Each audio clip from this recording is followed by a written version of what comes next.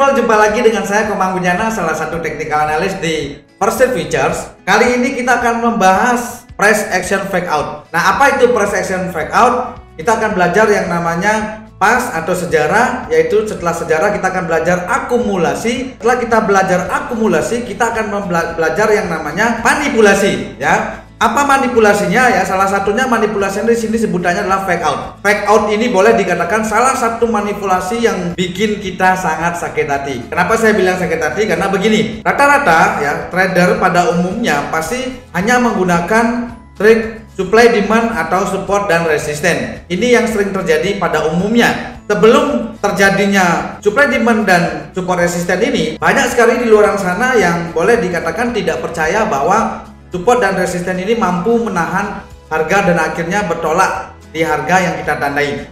Nah, jelas karena memang price action fake out ini dibuat untuk membuat para retail trader agar mengikuti jejak tersebut hingga pada akhirnya kita kena jebakannya. Bagaimana sih lebih jelasnya? Silakan lihat di chart smart people.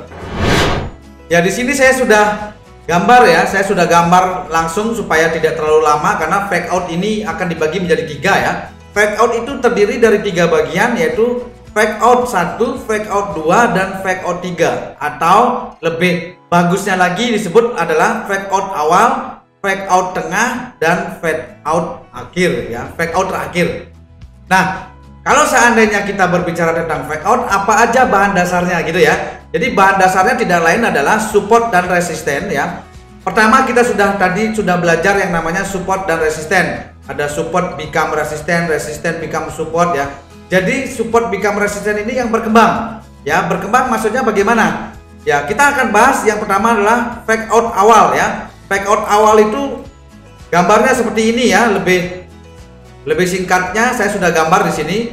Ya, dimana nanti yang bikin kita sakit hati adalah kalau seandainya terjadi yang namanya support yang sudah di breakout ya, di breakout atau ditembus, biasanya menjadi sebuah resisten karena sebutannya adalah SBR ya, support become resistant. Nah, ketika dia kembali ke area itu biasanya dia mantul. Itu yang sering terjadi. Tapi bagi sebagian besar trader ya yang boleh dikatakan hanya memakai trik support dan resisten, biasanya kalau ada resisten yang berjajar begini, ketika harga datang lagi ya, harga datang lagi atau kembali ke area itu, biasanya kita melakukan posisi sell di area ini dan kita akan meletakkan stop loss di atas resisten.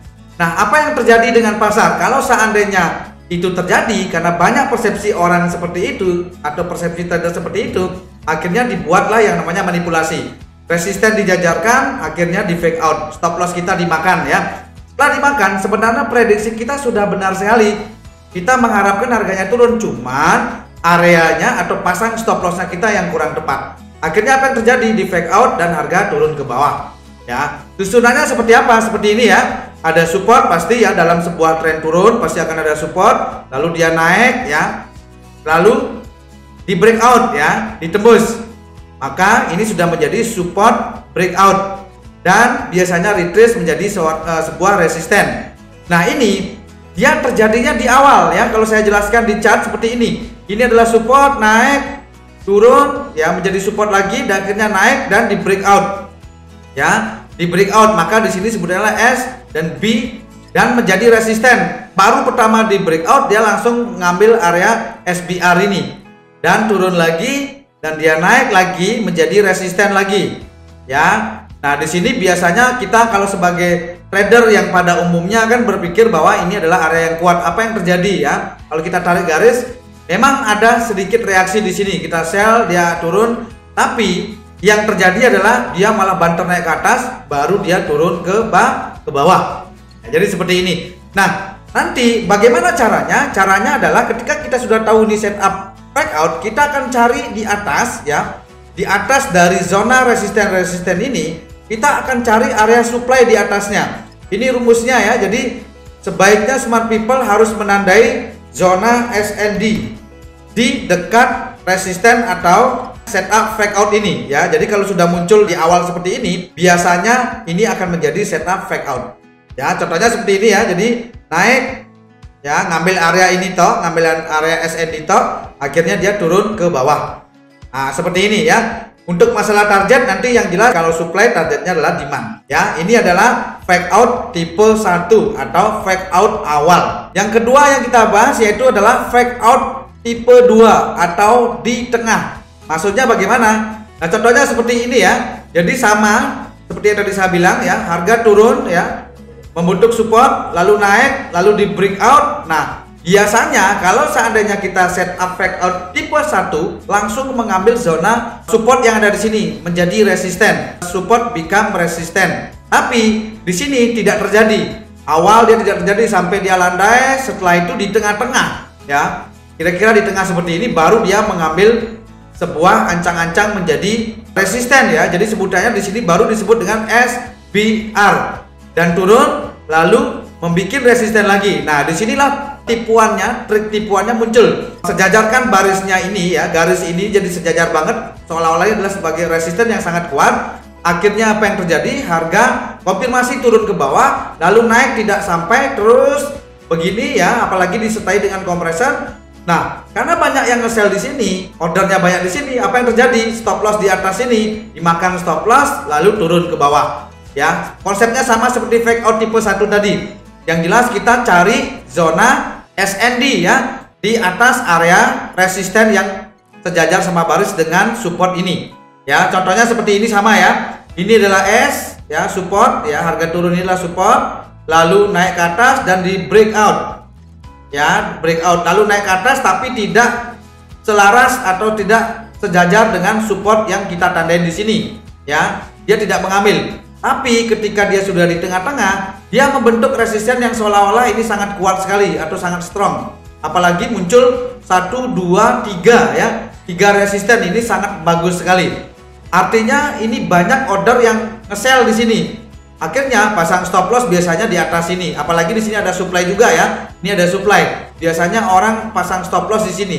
Namun apa yang terjadi dengan market ya? Ketika market terkonfirmasi di sini bikin lower low, harga naik ke atas ya, turun naik lalu fake out. Ya, fake out ngambil zona supply yang ada di sini. Lalu dia terjun ke bawah. Nah, inilah seperti ini yang disebut dengan setup fake out tipe 2 atau setup fake out di tengah-tengah. Ya.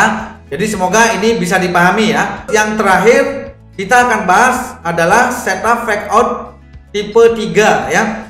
Setup fake out tipe 3 seperti apa? Ya, ini struktur sudah saya gambar juga ya. Sama seperti yang tadi ya, fake out awal dan fake out tengah kita sudah bahas. Sama ya, konsepnya sama ya. Ketika harga dari atas ini ya turun ke bawah lalu naik membentuk yang namanya support di sini. Support di breakout, berarti ini sebutannya breakout atau become ya, B ya. Ketika awal tidak terjadi ya, tidak mengambil zona garis yang saya tandain ini. Dan akhirnya di akhir-akhir ya, menjelang akhir ini membentuk resisten 1 ya. Turun lagi dan ini konfirmasinya. Konfirmasi bikin lower low. Akhirnya dia naik lagi. Nah, di sini banyak dari kita trader yang boleh dikatakan hanya memakai support resisten menganggap ini adalah area yang strong, area yang kuat. Apa yang terjadi dengan pasar? Boom, naik ke atas ya, ngambil zona supply yang di atas ini. Karena ini sebutannya fake out akhir ya. Jadi terakhir sebelum dia nge-fake out, dia bikin resisten sejajar seperti ini. Ya, akhirnya apa yang terjadi? Turun kencang ke bawah.